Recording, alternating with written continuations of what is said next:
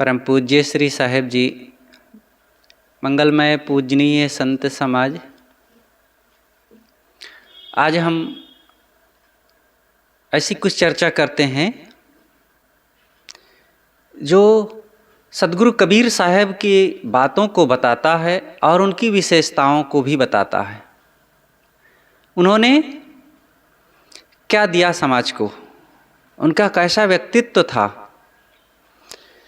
वे कितने विनम्र थे और कितने दबंग थे, ये सब बातें भी आएंगी।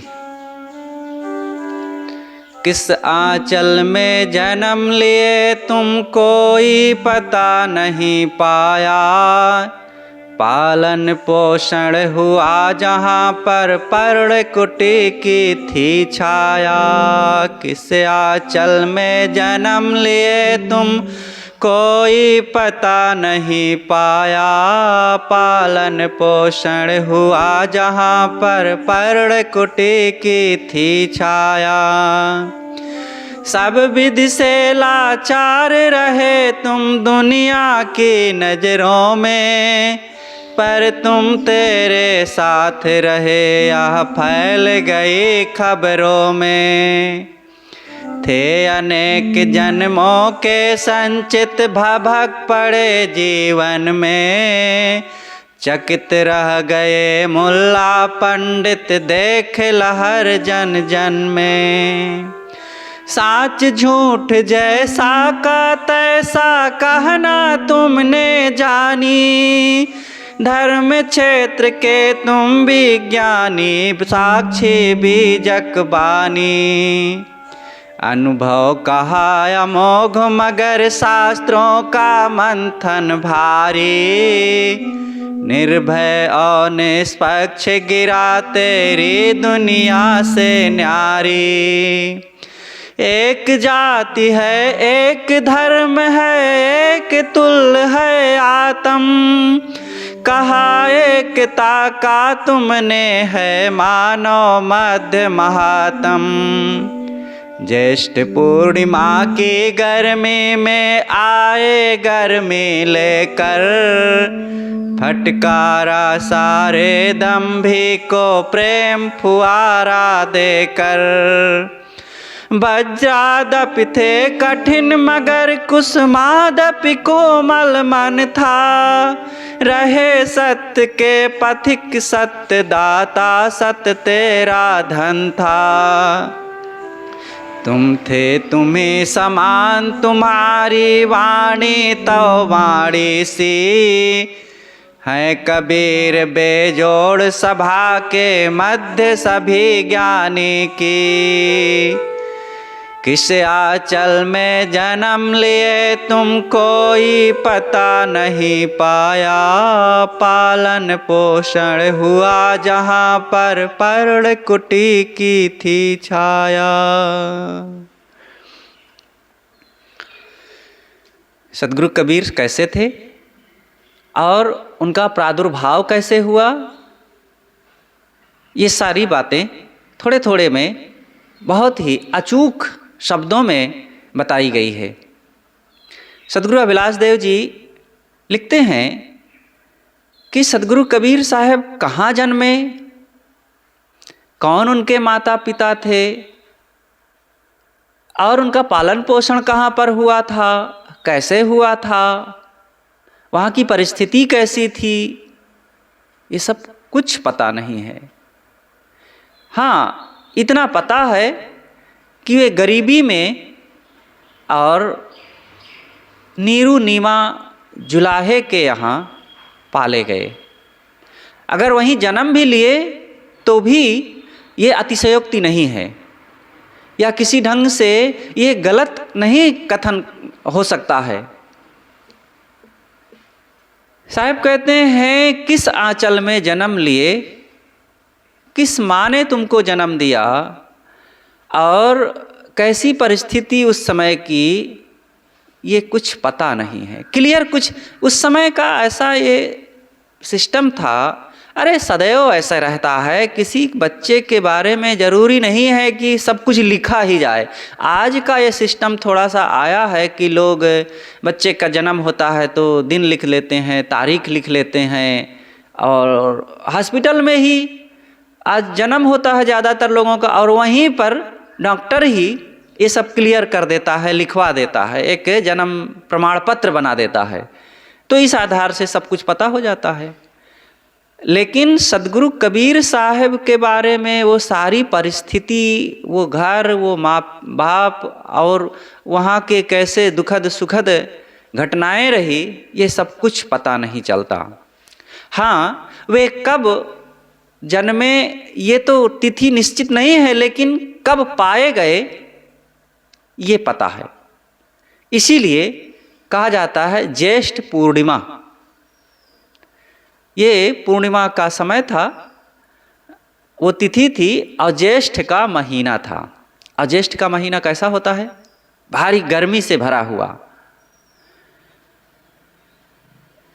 तो यहाँ पर गुरुदेव जी लिखते हैं कि किस माँ ने जन्म दिया ये तो पता नहीं है। कुछ लोग कहते हैं कि किसी विधवा ब्राह्मणी ने जन्म दिया, और वो लोक लज्जा के डर से लहरतारा तालाब के किनारे एक कमल के फूलों से सजी हुई टोकरी में उनको रख करके छोड़ गई। ऐसा भी हो सकता है।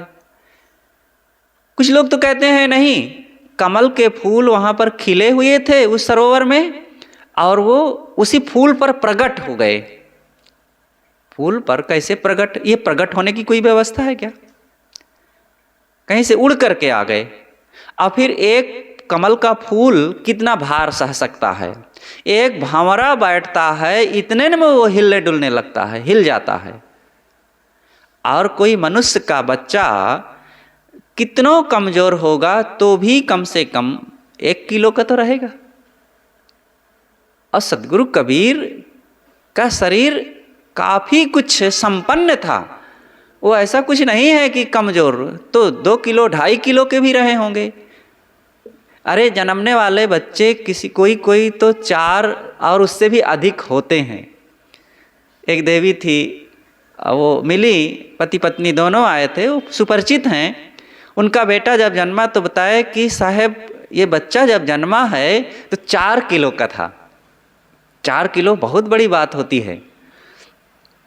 तो सदगुरु कबीर साहब एक मनुष्य के बच्चे थे, और मनुष्य रूप में जीवन भर रहे, और उनका भी 1-2 किलो 2.5 किलो 3 किलो का जो भी कुछ वजन रहा होगा।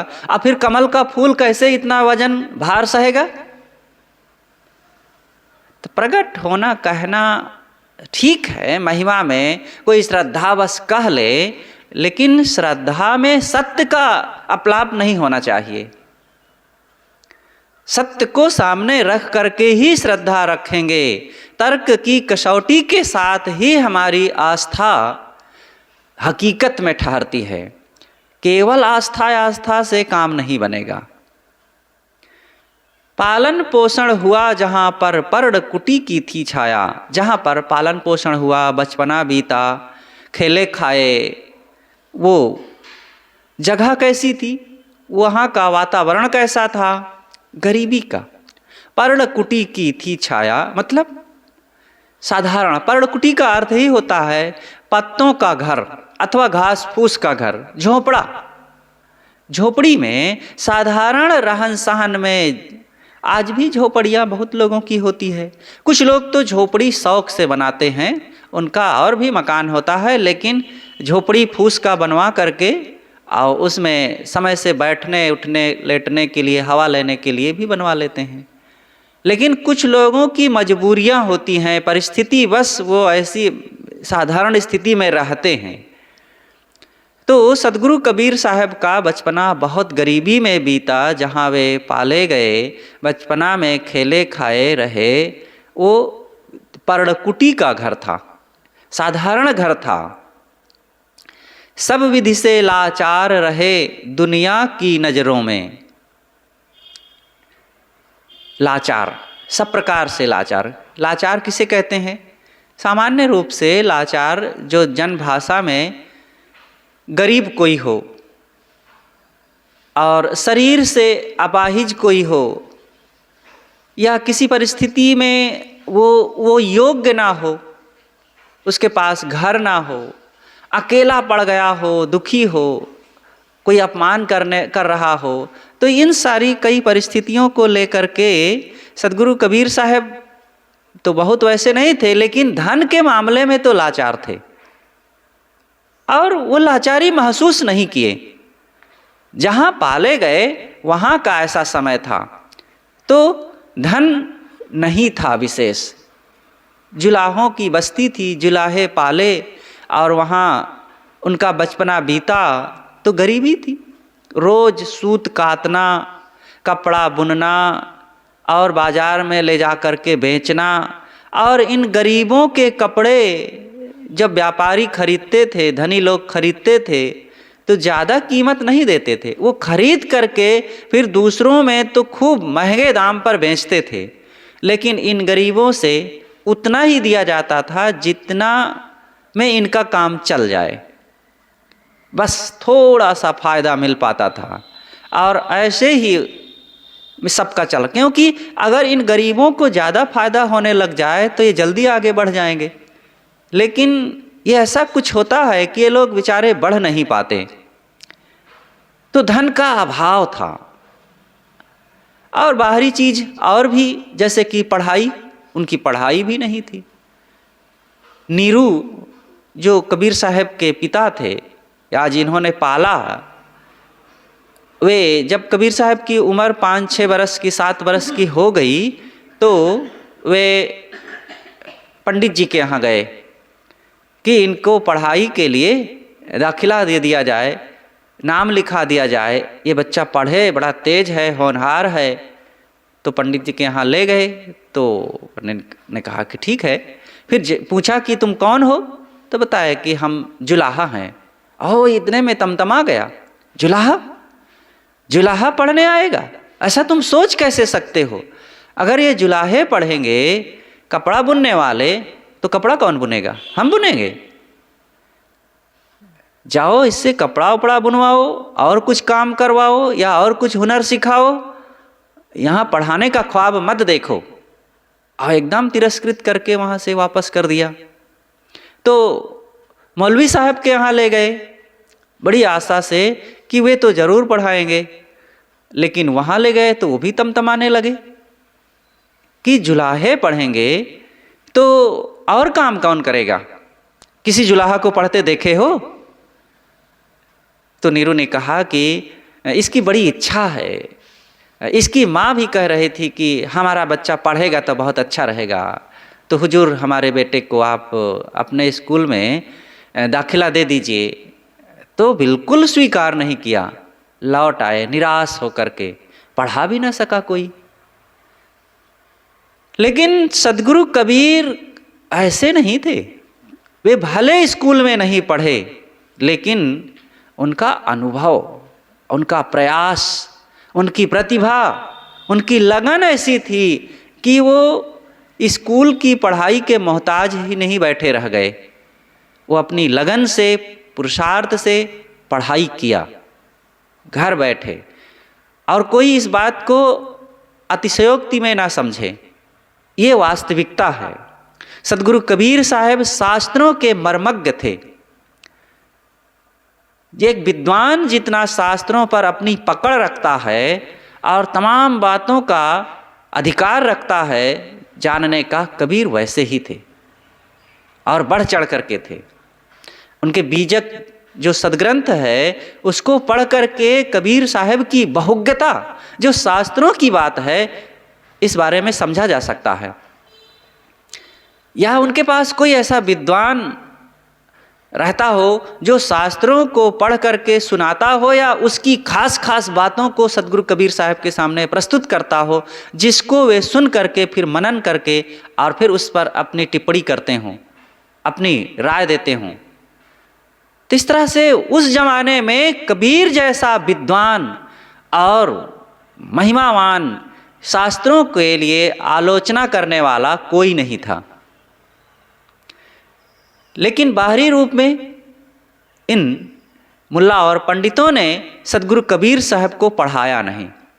सब विधि से लाचार रहे, धन, घर, पढ़ाई, बाहरी नाम, पद, अधिकार, कोई राजा वजा सेठ के लड़का नहीं थे, कोई ब्राह्मण घर में नहीं पैदा हुए, बड़े मौलवी साहब, काजी साहब के यहाँ नहीं पैदा हुए, और राजाश्रय भी नहीं प्राप्त था किसी ढंग से। बाहरी जिसे लोग कहते हैं कि भाई ऐसा हो तो उनका थोड़ा सा अधिकार रहता, हिम्मत रहती, ऐसा कुछ नहीं था। ऐसे विषम परिस्थिति में, हीन परिस्थिति में जन्म लेने के बाद भी और दुनिया की नज़रों में इस प्रकार से कमज़ोर स्थिति होते हुए भी वे कमज़ोर बन करके नहीं जीवन को जिए। कोई बाहरी सहारा ना होते हुए भी वे स्वयं का सहारा लिए। पर तुम तेरे साथ रहे यह फैल गई खबरों में। वे दूसरों का सहारा नहीं पाए, बाहरी परिस्थितियों का, धन आदि का उनके पास सहयोग नहीं था, प्रचुर मात्रा में इन चीज़ों की अनुकूलताएं नहीं थी, लेकिन एक बात थी उनके पास, वो अपने आप के साथ थे। कभी इन हीन भावनाओं से ग्रस्त नहीं हुए। वो स्वयं को एक ऐसे विचार में, एक ऐसे सिद्धांत में ढाले कि फिर वो उनको आकाश तक ऊपर उठा दिया। और ये बात दुनिया के लोग जान गए, क्योंकि उनकी प्रतिभा बचपन से ऐसी निखरती गई। वो ऐसी ऐसी बातें कह देते थे, ऐसी ऐसी बातें सोच लेते थे बचपन से ही कि जो बड़े उम्रदार लोग भी नहीं सोच पाते थे। और लोगों से ऐसी बातें पूछ लेते थे कि बड़े कहलाने वाले पढ़े लिखे लोग भी उसका जवाब नहीं दे पाते थे। बचपन में ही जब कबीर 5 बरस के थे तभी झोपड़ी में बैठे हुए थे अपने, उनकी माँ कुछ काम कर रही थी तो पूछ लेते हैं, आवाज़ आती है बाहर से अजान की, माँ ये कौन चिल्ला रहा है? तो नीमा कहती हैं कि नहीं बेटा, ये चिल्ला नहीं रहे हैं, वो मस्जिद में इबादत कर रहे हैं। इबादत क्या चिल्ला करके ऐसे ज़ोर से किया जाता है? नहीं, वो खुदा के बंदों को ये सूचना दे रहे हैं कि उठो, नमाज का वक्त हो गया है, इबादत करो। तो कबीर कहते हैं कि वो खुदा के बंदे कैसे हैं जिनको रोज़ जगाना पड़ता है चिल्ला करके किसी को? क्या उनको अपने काम की याद नहीं आती है? देखो, ऐसी कौन बात सोच सकता है भला? ऐसे पंडितों के बारे में सोचते हैं, वो तर्क दे देते हैं। वो कहीं जा रहे थे और उधर से कुछ पंडित आ रहे थे और पूछ लिए कि आप लोग कौन हैं? कहें हम ब्राह्मण हैं। ब्राह्मण कौन होते हैं? अरे वो धरती का देवता होता है, सबसे महान। तो क्या अन्य लोगों जैसा तुम लोग नहीं खाते हो? अन्य लोगों जैसा तुम्हारा रहन सहन नहीं है? किस आधार से बड़े हैं? तो वे तर्क कर देते हैं। इतना तेज तर्क उनका होता है कि दूसरे लोग तो तिलमिला जाते हैं। और बाद में जैसे जैसे उम्र बढ़ती गई तब तो पंडित को अदना मानते थे, अदना। तभी तो वे कह सके हैं, पहिर जनेऊ जो ब्राह्मण हो ना, मेहरी क्या पहिराया, ओ जन्म की सूद्रिन पर से तू पाड़े क्यों खाया। गायत्री युग 4 पढ़ाई, पूछो जाय मुक्ति किन पाई, और किछिए लेत हो छींचा, तुम सो कहो कौन है नीचा। अरे तुम दूसरे के को नीचा समझते हो, तुमसे नीचा कौन है? ऐसी बात भला कौन कह सकता है? साधारण जिगर वाला कह सकता है? नहीं, बहुत मजबूत मन वाला और अपने विचारों में जमीन पर टिका हुआ जो है वो कह सकता है। तो वे अपने आप के साथ थे, वे कहीं हवा में उड़ती हुई बात नहीं कहते थे। एक वास्तविकता जो ऋषियों का चिंतन है, विवेकियों का चिंतन है, सत्य दृष्टा का जो चिंतन है और जो सत्ता का चिंतन है, वो बात बचपन से ही कबीर सोच लेते थे। अनेक जन्मों के संचित भभक पड़े जीवन में। उनके पास अनेक जन्मों का संचित शुभ संस्कार थे। कोई भी व्यक्ति अचानक कुछ नहीं होता है, उसके पूर्व की एक श्रृंखला जुड़ी होती है। अब वो कहाँ से श्रृंखला आई है ये कहा नहीं जा सकता है। तभी तो कोई गरीबी में, बड़े अभाव में जन्मा लेकिन बुद्धि बहुत तेज है। कोई बहुत धनी के यहाँ जन्मा लेकिन महाभोंदू है अथवा रोगी हो गया है। धन तो पा गया, बिना कमाए धनी के यहाँ जन्म ले लिया, पा गया, लेकिन ये पूर्व की कमाई है कि पूर्व के कुछ ऐसे संस्कार रहे होंगे कि धन तो मिलेगा, लेकिन बुद्धि के लिए संस्कार नहीं थे तो महाभोंदू हो गए। तो ये हर चीज पूर्व के कर्मों से, जीव की कमाई से जुड़ी हुई बात होती है। ऐसे ही सदगुरु कबीर साहब, धन तो नहीं था लेकिन उनके पास गहरी सोच थी, तत्व चिंतन के संस्कार थे। इस संसार की किसी भी बात को जो हम मनुष्यों के लिए, प्राणियों के लिए हित में होती है, उसकी गहरी पकड़ उनके पास थी और ऐसे बातों को सोचने की क्षमता अद्भुत थी। तो प्रतिभा उनकी अपार थी। थे अनेक जन्मों के संचित वे प्रतिभा, वे संस्कार अनेक जन्मों के अचानक भभक पड़े जीवन में। भभक जाना का मतलब है जैसे कि आग का भड़क जाना, किसी वस्तु का एकाएक गर्म होकर के उबल उठना, जैसे कहीं कहीं ज्वालामुखी फूट उठता है, अथवा कहीं खरपतवार पड़ा है और किसी ढंग से, किसी माध्यम से, कूड़ा करकट के ही माध्यम से आग आ गई और वो पड़ी रही, लेकिन अचानक ऐसा समय आया, अंदर अंदर वो बढ़ती रही और वो भड़क उठी और जोर से जलने लग गई। ऐसे ही इनके जीवन में, सदगुरु कबीर साहब के जीवन में कई जन्मों के ऐसे कुछ संस्कार थे। आज ये मनुष्य जीवन में आकर के वो अचानक भड़क उठे और वो उनकी प्रतिभा, उनकी बोलने की क्षमता, सोचने की क्षमता और किसी वस्तु चिंतन की क्षमता, वो सब कुछ विकसित हो गए तुरंत। तो सदगुरु कहते हैं कि थे अनेक जन्मों के संचित, भभक पड़े जीवन में, चकित रह गए मुल्ला पंडित, देख लहर जन जन में। उनकी प्रतिभा और उनके सोचने की क्षमता, किसी बात को गहराई से खोद करके और उसकी कमजोरियों को निकाल करके उनकी विशेषताओं को उजागर कर देना और समाज के सामने ऐसे अचूक शब्दों से प्रस्तुत कर देना, ये उनकी खूबी थी। और ये बात देखकर, सुन करके मुल्ला और पंडित ये दोनों अचंभित रह गए, दोनों दंग रह गए कि अरे ये बालक कहाँ से बोल रहा है, और उसका जवाब वे नहीं दे पाते थे। और ये बात उनकी जो प्रतिभा की और अचूक किसी बात को कह देना, साफ सत्य को समझ लेना, ये समाज में बड़ी तेजी से पानी में तेल की भांति फैल गई और चारों तरफ उनकी ये दिव्य शक्ति, प्रतिभा और ये सोचने की क्षमता इतना तेज फैली कि लोग उनके अनुयायी बनने लगे, उनको अपने दिल में बसाने लगे और उनकी बात सुनने के लिए अब सब आतुर होने लगे। लोग आकर के उनकी बातों को सुनते थे, ये बच्चा बहुत उपयोगी बातें कह रहा है और समाज के लिए, देश के हित की ऐसी बातें कर रहा है कि जो बड़े बड़े लोग नहीं कहते हैं ऐसी बातें।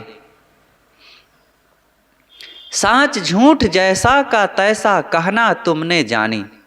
सदगुरु कबीर कोई बात को घालमेल नहीं करते थे, सत्य को सत्य कहने में वे हिचकते नहीं थे और झूठ को झूठ कहने में, हजार के बाजार में खड़े होकर के अगर कोई बात असत्य है, झूठ है, अंधविश्वास है, अज्ञान है, आडंबर से भरी हुई है, तो उसको धड़ाम से कह देते थे।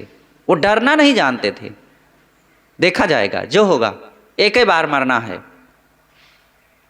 2 बार मरना हो तब थोड़ा भय लगे कि अरे अगला मरना खराब हो जाएगा, बस इस जिंदगी में एक ही बार मरना है और मरना पक्का है, तो हम सत्य में रह करके जो होगा देखा जाएगा।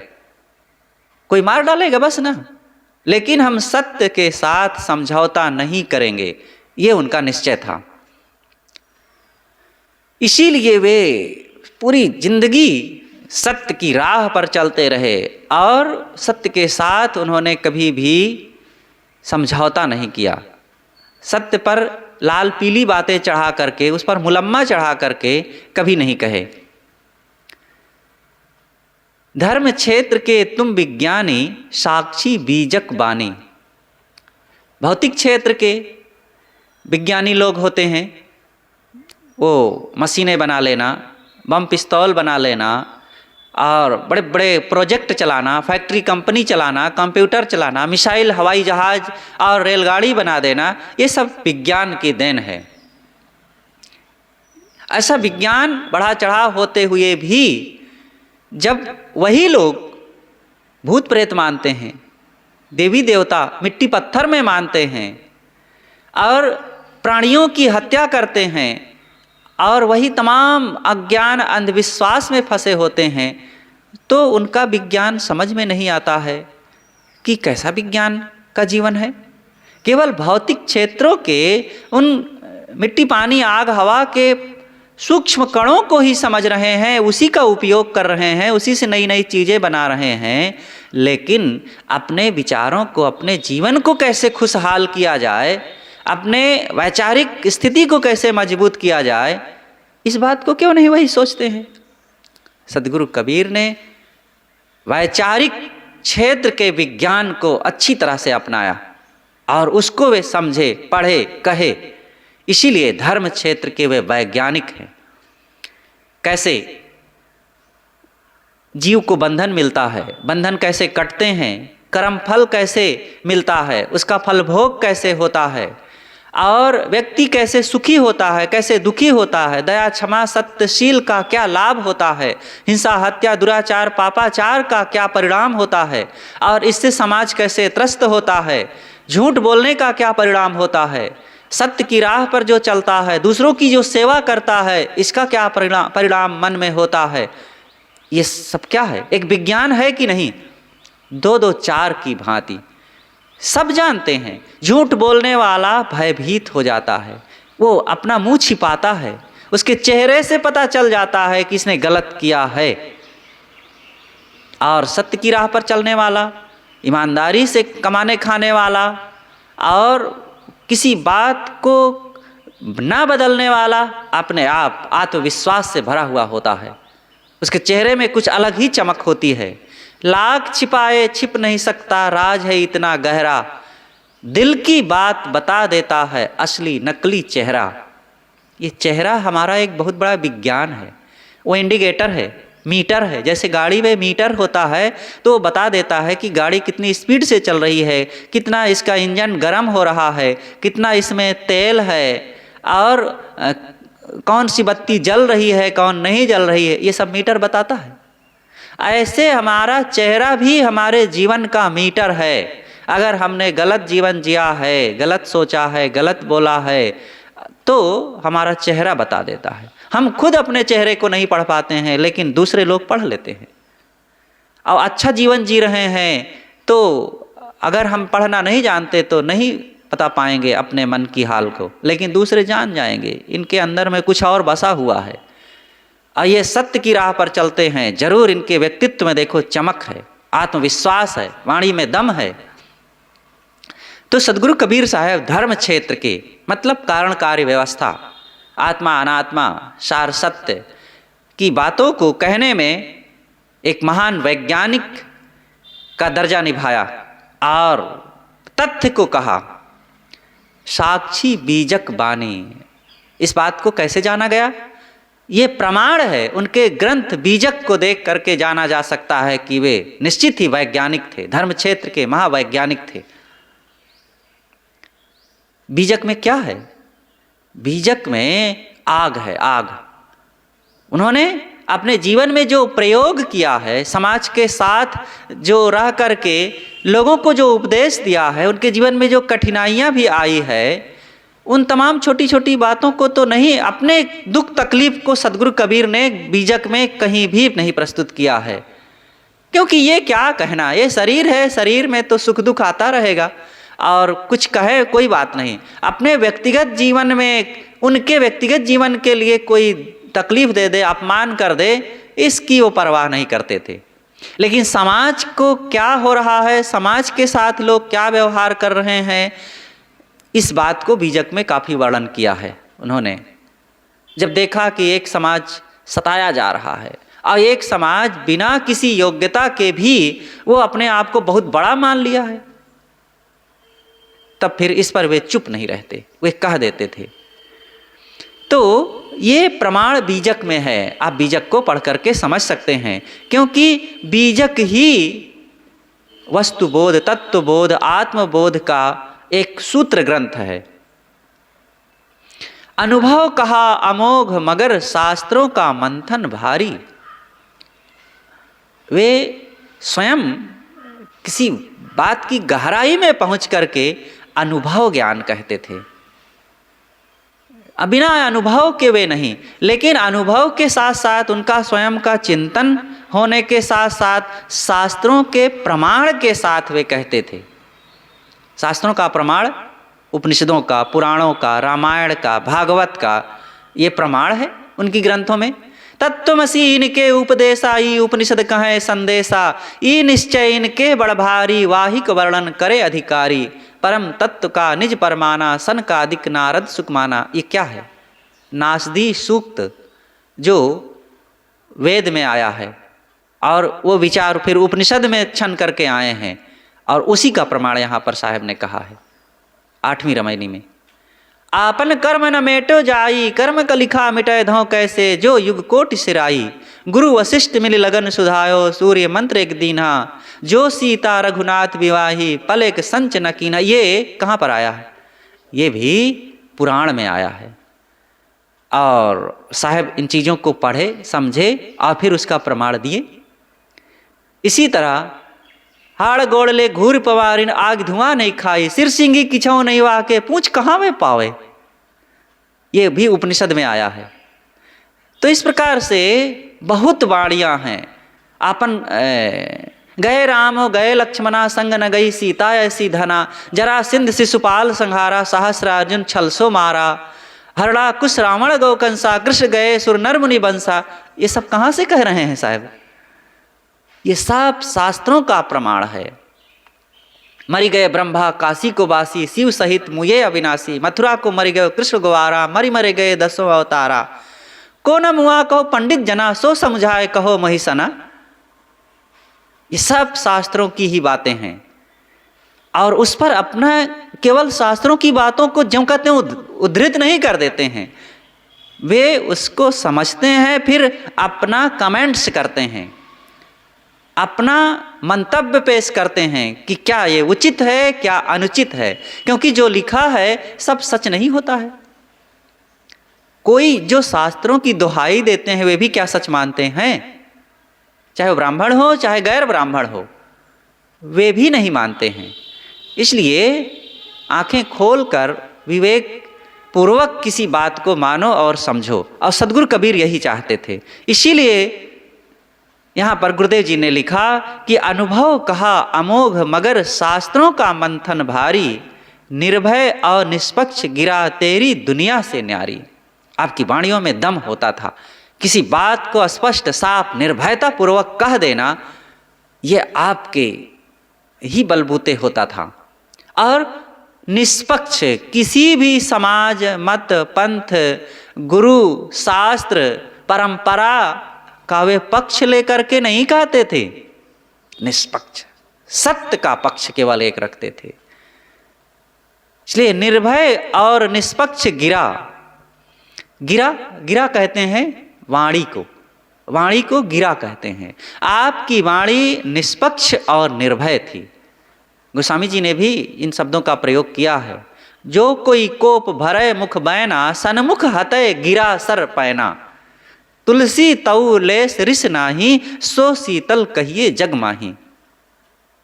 यहाँ सदगुरु अभिलाष देव जी भी कहते हैं कि निर्भय और निष्पक्ष गिरा तेरी दुनिया से न्यारी। आपकी वाणी पूर्ण निर्भयता से और निष्पक्षता से भरी हुई होती थी और दुनिया से, दुनिया के लोगों से आपके सोचने, बोलने, कहने की स्टाइल ही अलग होती थी। एक जाति है, एक धर्म है, एक तुल्य है आत्म। अब आप कहते क्या थे? अब वो बातें गुरुदेव जी यहाँ पर लिखते हैं। एक जाति है, एक धर्म है। जाति, मनुष्यों में जाति अलग अलग थोड़े होती है। मनुष्य केवल मनुष्य है और दुनिया के सभी मनुष्यों की केवल एक जाति है, मनुष्यपना। मनुष्यपना क्या है?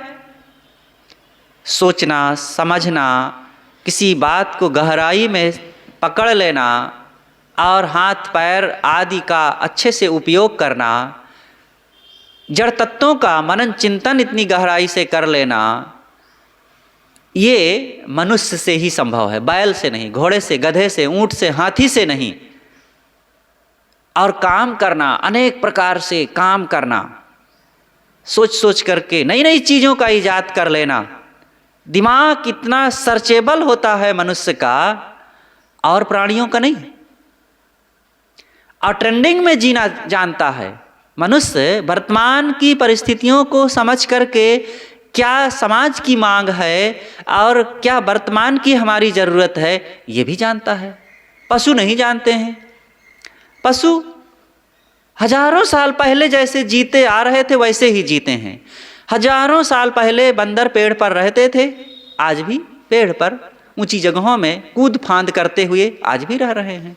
बैल हजारों साल पहले नंगे उघार रहते थे और उनको ये भी पता नहीं रहता था कि जिसको खा रहे हैं उसको गंदा ना करें, खाएंगे उसी में मलमूत्र भी कर देंगे।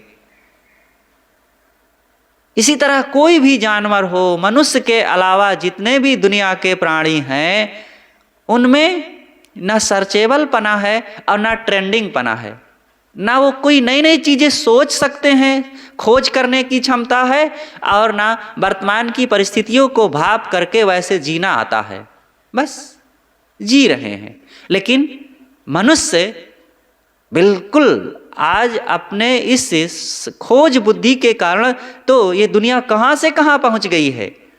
और सभी मत पंथों में, सभी कुल गोत्रों में और सभी संप्रदायों में अच्छे अच्छे लोग हुए हैं। वैज्ञानिक हुए हैं, संत हुए हैं, डॉक्टर, मास्टर, इंजीनियर, वकील हुए हैं, तत्वचिंतक हुए हैं, तो सब में तो हुए हैं।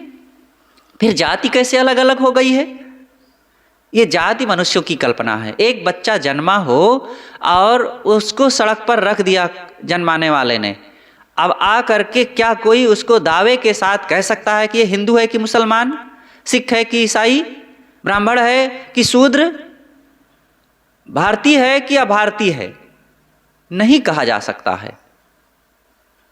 मनुष्य है ये तो कह सकते हैं, ये तो दावे के साथ कह सकते हैं कि ये मनुष्य है, तो बस यही उसकी जाति है।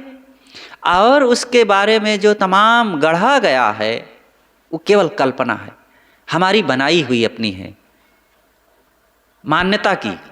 इसलिए एक जाति है, एक धर्म है, और धर्म नाना धर्माणम, हमारे वैदिक ऋषियों ने भी कहा है, नाना धर्माणम यथोक्सम।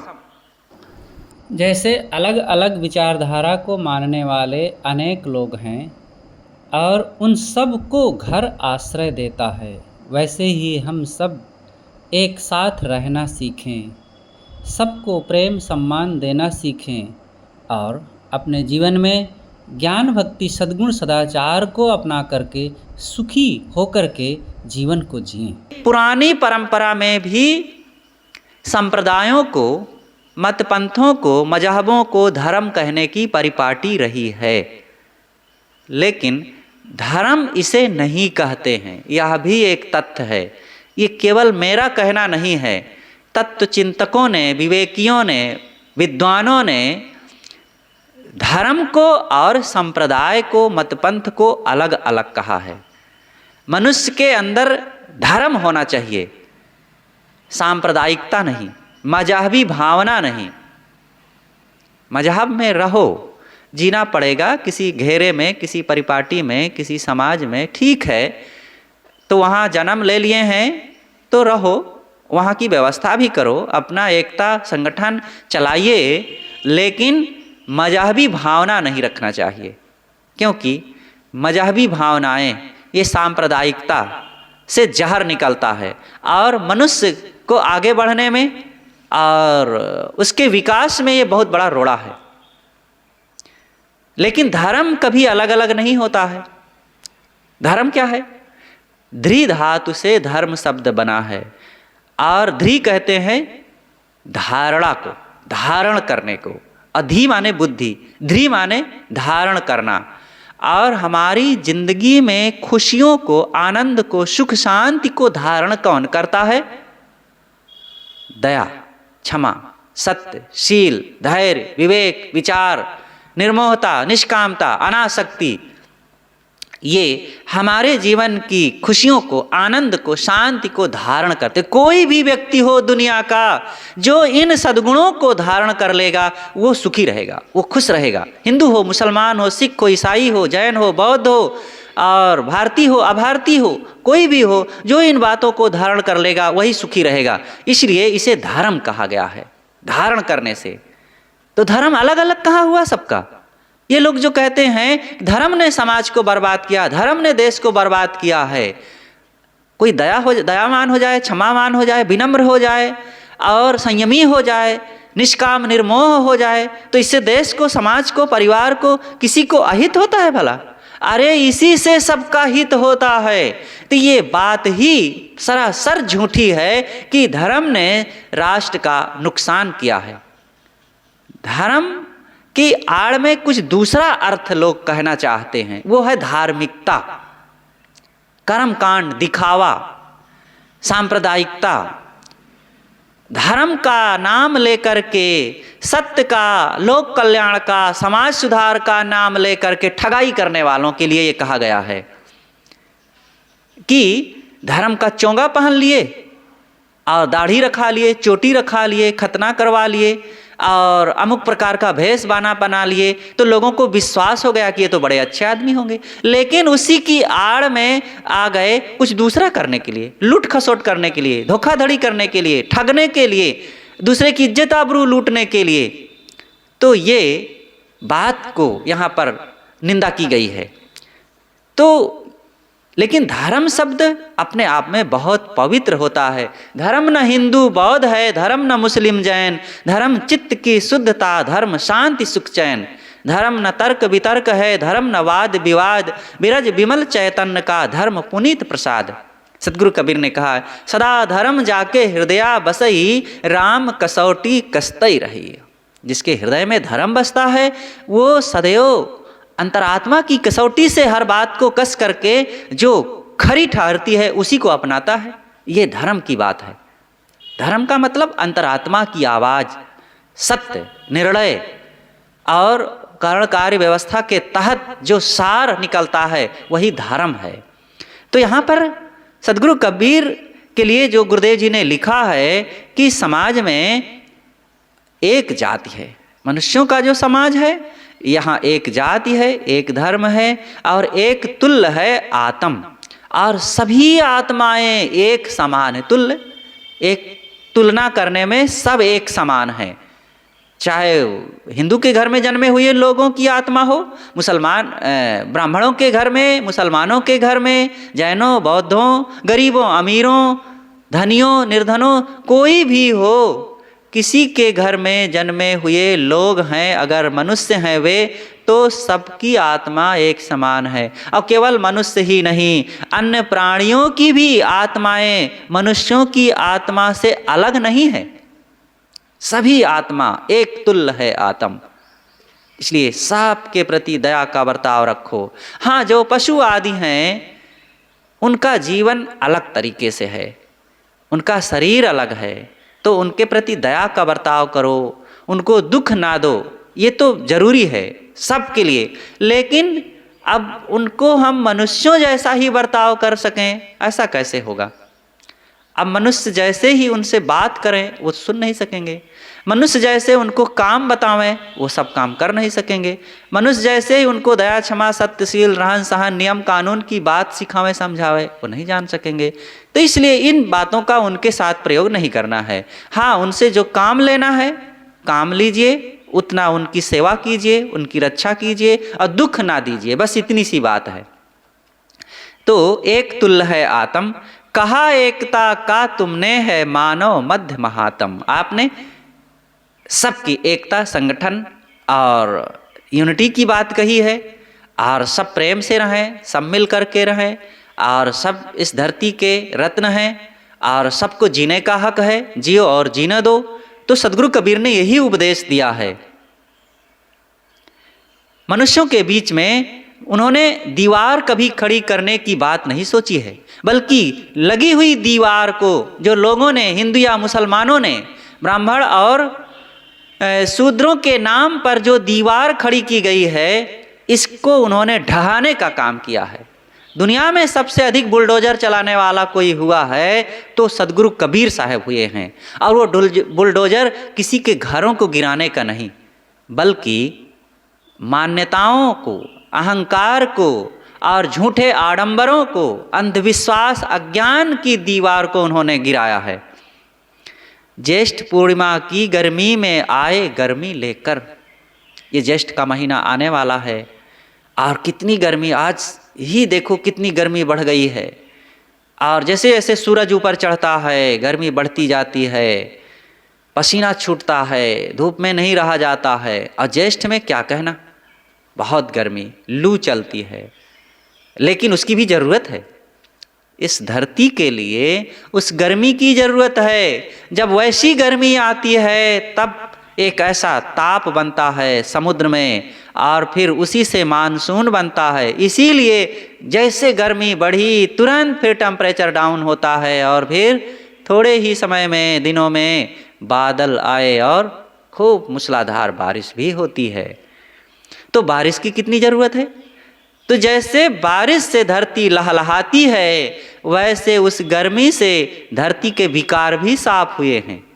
अगर गर्मी न आवे, यहाँ के विकार साफ ना हो, तो धरती लहलहाएगी कैसे।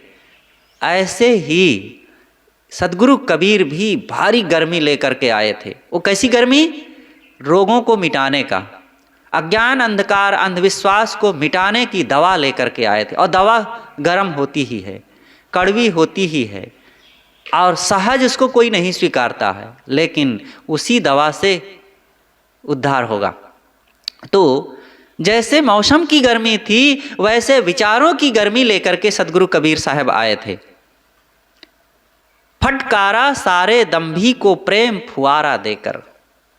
वो दंभियों को, आम जनता को, सत्य की राह पर चलने वालों को, और सभी सज्जनों और देवियों को नहीं, यहाँ पर जो घमंड में इतरा रहे थे, और मेरा मेरा, और मेरा धन, मेरा घर, मेरा शरीर, मेरी जवानी, ये व्यर्थ का मेरा मेरा कहना हुआ। और मैं बड़ी जाति का, मैं बड़े खानदान का, इसलिए तुम छोटे हो, तुम नीच हो, तुम तुच्छ हो। ये गर्मी जिसके अंदर थी, ऐसी गर्मी रखने वालों को कबीर ने फिर कस के फटकारा, और उन्होंने कहा है कि तुम किस कारण से बड़े हो। अरे तुम भी वही हो, तहिया हम तुम एक लोहू, एक प्राण भी आपे मोहू, एक जनी जना संसारा, कौन ज्ञान से भयो निनारा। तुम अपने को अलग मत मानो, जैसे हमारा जन्म हुआ वैसे तुम्हारा जन्म हुआ, हमसे तुम अलग कैसे और तुमसे हम अलग कैसे। इसलिए सारी गर्मी को फेंको, मनुष्यों के बीच में मनुष्य बन करके मनुष्यता का बर्ताव करो। और मनुष्यता यही है कि मनन चिंतन करके सार सत्य को जीवन में अपनाना और समाज में उसी का बर्ताव करना। लेकिन साहब गर्मी लेकर के न्याय की, सत्य की गर्मी तो लाए, लेकिन कहने में उन्होंने बहुत गर्मी का प्रयोग करते हुए भी प्रेम फुआरा भी दिए। दोनों का अलग अलग तेवर होता था। वो प्रेम फुआरा ही ज़्यादा देते थे, लेकिन समय से फटकारने की भी जरूरत पड़ती थी। वज्रादपि थे कठिन मगर कुसुमादपि कोमल मन था। वज्र वज्रादपि, वज्र के समान कठोर। अपि, अपि कहते हैं भी को। संस्कृत में देखिए, संस्कृत निष्ठ शब्दों का प्रयोग भी गुरुदेव जी ने खूब किया है। तो वज्रादपि, अपि माने भी, तो वज्र के समान। वज्र और भी कठोर होती हैं, लेकिन यह भी कठोर। तो ऐसे सदगुरु कबीर साहब का व्यक्तित्व कैसा था? वज्रादपि कठोर, वज्र के समान उनका व्यक्तित्व। एक तरफ अन्याय, कुरीति, अंधविश्वास, अज्ञान के लिए अत्यंत कठोर। अब वज्र किसे कहते हैं? केवल कठोर ही नहीं, वज्र के लिए रूढ़ भी है, इंद्र का हथियार कहते हैं ना वज्र। और दूसरी चीज है, कहते हैं वज्र गिर पड़ी है, बिजली। बिजली कैसी होती? कठोर। कठोर का मतलब स्थूल कठोर नहीं, ऐसा कठोर कि जहां पड़े रैन बैन कर दे। तो वो दूसरे ढंग से चीजों को गला देना, नष्ट कर देना। तो यहाँ कबीर साहब की जो कठोरता है, वो कोई छू करके टटोल करके कठोर जाना जाए ऐसी बात नहीं। उनका व्यक्तित्व, उनकी वाणी, उनकी वैचारिकता, एक तरफ वे किसी झूठ से, असत्य से, कुरीति से मुलाहिजा ना करने वाले थे, इसलिए अत्यंत कठोर थे। और दूसरी तरफ कुसमादपि कोमल मन था। कुसमादपि, कुसुम के समान, फूल के समान। फूल कोमल होता है, लेकिन अपि भी इससे भी अधिक और कोमल कोई और चीज है, वो है उनकी वाणी। आप भी अपने वाणी को फूल से भी कोमल कर सकते हैं। फूल दे करके किसी को खुशी मिलती है, लेकिन उससे भी ज्यादा आपकी मीठी वाणी से भी खुशी मिल सकती है। आप फूल दे करके भी किसी को हो सकता है ना खुश कर सकें, लेकिन अगर बोलने की कला है और उचित समय पर उचित बात आपने अगर बोल दिया है, तो आप इतना अधिक लोगों को खुश कर सकते हैं कि फूल, रुपया, पैसा दे करके कितना किसको खुश किया जा सकता है भला। तो सदगुरु कबीर ऐसे ही थे।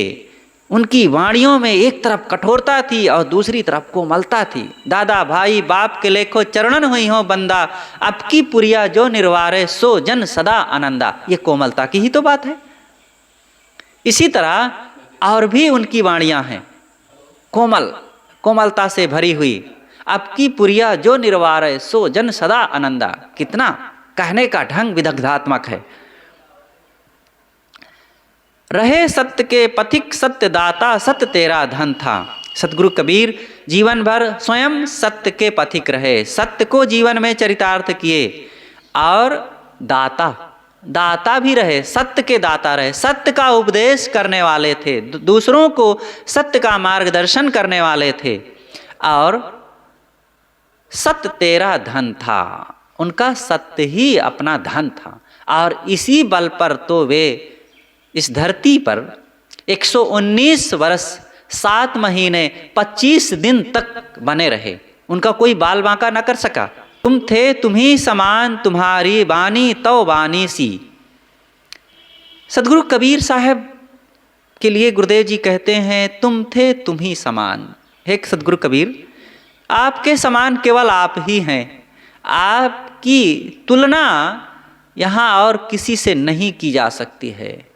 शरीर से नहीं, विचारों से, भावों से और सोचने का जो तरीका है उससे, न्याय से, किसी बात को गहराई से समझ करके उसको प्रकट कर देना समाज में और जोरदार शब्दों के साथ, ये साहस और ये जिगर, ये तजुर्बा केवल कबीर साहब को था।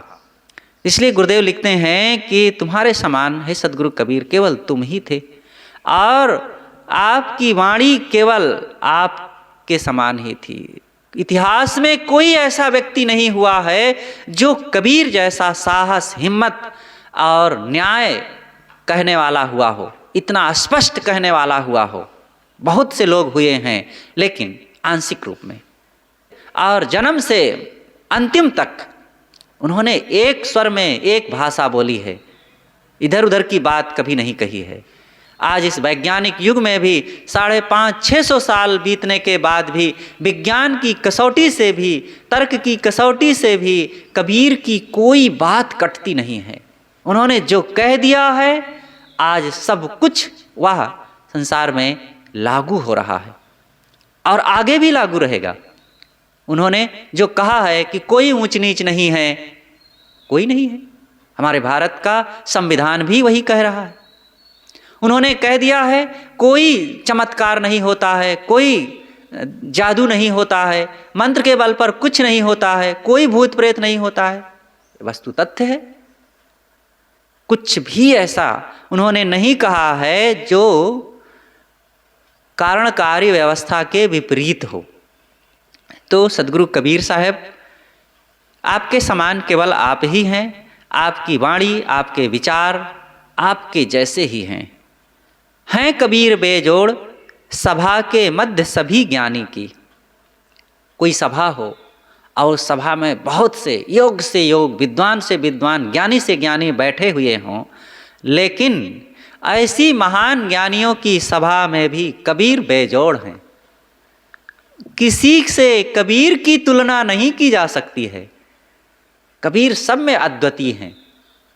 बहुत से ज्ञानी, बहुत से योग्य लोग हुए हैं, लेकिन उन तमाम सभाओं में कबीर केवल कबीर हैं, अपने आप में अद्वितीय हैं।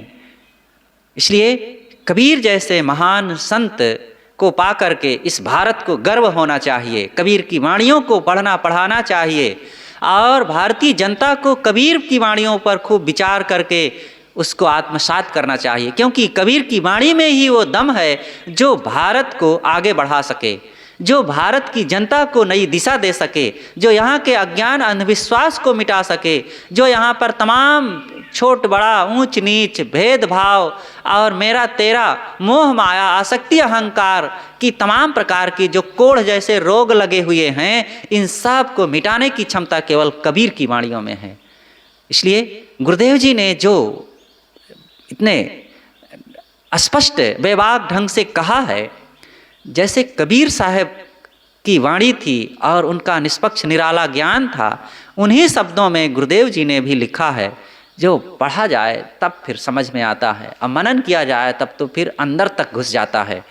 तो इस छंद में गुरुदेव जी ने बहुत बढ़िया ढंग से सदगुरु कबीर साहब के बारे में लिखा है। हम सबको मनन करना चाहिए और भी इसके नए नए अर्थ निकलेंगे और उसको भी हृदयंगम करना चाहिए। बस बोलिए सद्गुरुदेव की जय।